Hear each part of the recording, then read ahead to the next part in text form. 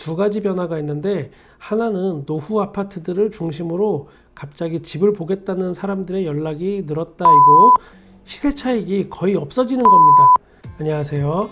부동산을 조금은 다른 시선에서 분석해보고 현재 부동산 현장의 상황은 어떻게 돌아가는지 그대로 알려드리고 있는 부동산의 비밀입니다.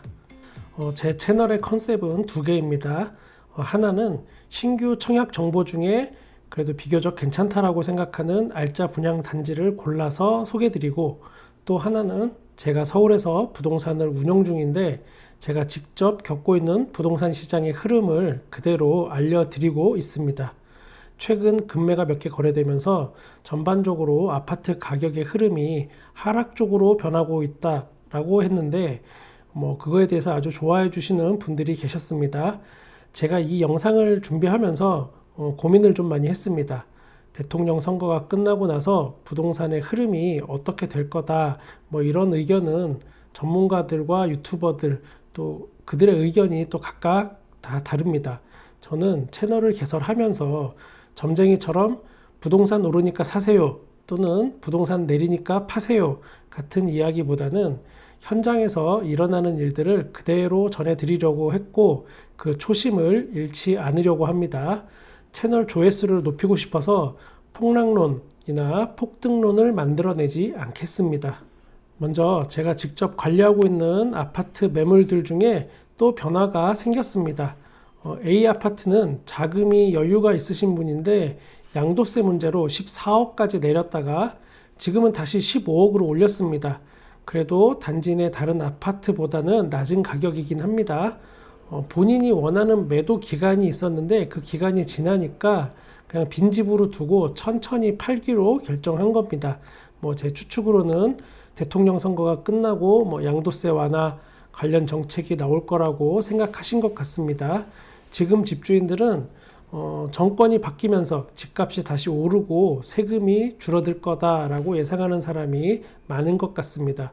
오히려 양도세나 종부세, 재산세 같은 그런 내용의 정책들이 실현될 때까지 기다리려고 하면서 매물이 더 묶이고 있는 현상입니다. 강남 3구 부동산 이야기는 후반부에 추가로 있습니다. B 아파트는 정말 간절하게 급매 처분이 필요했던 분인데 결국 매매가 됐습니다. 처음 집을 내놨을 때보다 14% 내린 가격에 매도가 된 겁니다. 요 근래 매매가 되는 금매들은 대부분 직전 최고가 대비 마이너스 15% 선에서 거래가 되고 있습니다. 금융위기 때보다도 아파트 매매 거래가 없다라고 하는 요즘인데 도대체 누가 집을 사는 거야? 이렇게 생각하시는 분들이 계실 텐데, 그래도 누군가는 지금이 기회다 라고 생각하고 매수하시는 분들이 있습니다. D 아파트는 이전 영상에서 거래된 걸 말씀드렸는데 다시 한번 간단하게 정리해 보겠습니다. 이 집은 너무 싸게 나와서 제가 아파트 주민들한테 협박 전화도 받았던 그런 매물입니다. 이 집을 산 사람은 정권이 바뀔 거고 그럼 다시 집값이 상승한다 라고 자신 있게 말하고 배팅했던 분입니다. 30대의 젊은 분인데 지금이 급매살 타이밍이다 라고 했는데 일단 대선이 끝나고 정권이 바뀐 것까지는 맞았습니다. 이 가격대 이후로 아파트 전체의 호가는 그런 변동이 있느냐? 그냥 변동이 없이 그대로입니다. 급매만 거래된 거고 기존 아파트 호가는 그대로 12억 중반에서 13억 초반대를 유지 중입니다. 만약에 이 상태에서 급매가 아닌 일반 호가로 다시 몇 건이 거래된다면 이 집을 산 사람의 배팅은 일단은 맞은 겁니다. 결국 15% 싸게 집을 매수한 겁니다. 이 아파트는 대선이 끝나고 그 다음 날인 금요일부터 토요일까지 갑자기 집을 보자는 사람이 생겼습니다. 여기는 개인적으로 저평가되어 있는 아파트다라고 제가 생각해서 신경 쓰던 아파트 단지인데 갑자기 선거 끝나고 나서 난리가 났습니다. 저 말고도 다른 부동산에서 집을 몇 건 보여주기도 했습니다.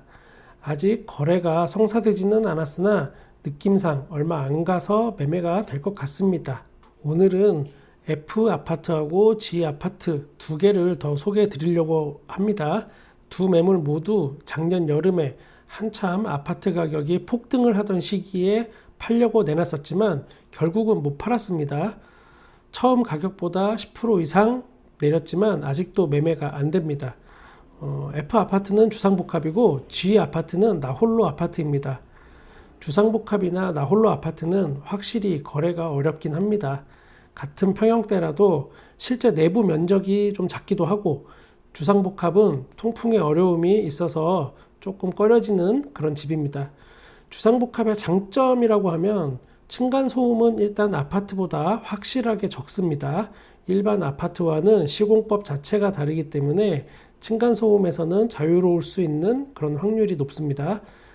나홀로 아파트, G 아파트 같은 경우에는 가격의 매력이 분명히 있습니다. 자금력이 어려운 분들은 안정적인 내 집만을 그냥 생각하신다면 해볼 만합니다. 두 아파트의 가장 큰 단점은 바로 황금성입니다.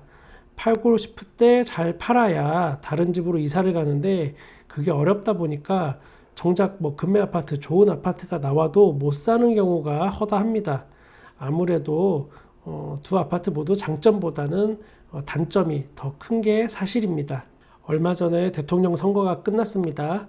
선거가 끝나자마자 부동산 시장에 미세한 변화가 있습니다. 먼저 강남과 서초에 아파트 전문으로 공인중개사로 활동하고 있는 후배들한테 연락이 왔습니다. 두 가지 변화가 있는데, 하나는 노후 아파트들을 중심으로 갑자기 집을 보겠다는 사람들의 연락이 늘었다이고, 다른 하나는 매물을 거두는 집주인이 생겼다입니다. 몇 달 동안 집 보는 사람이 한 명도 없던 개포동의 땡땡 아파트가 갑자기 주말에 3건의 집 보는 스케줄이 잡혔다고 합니다.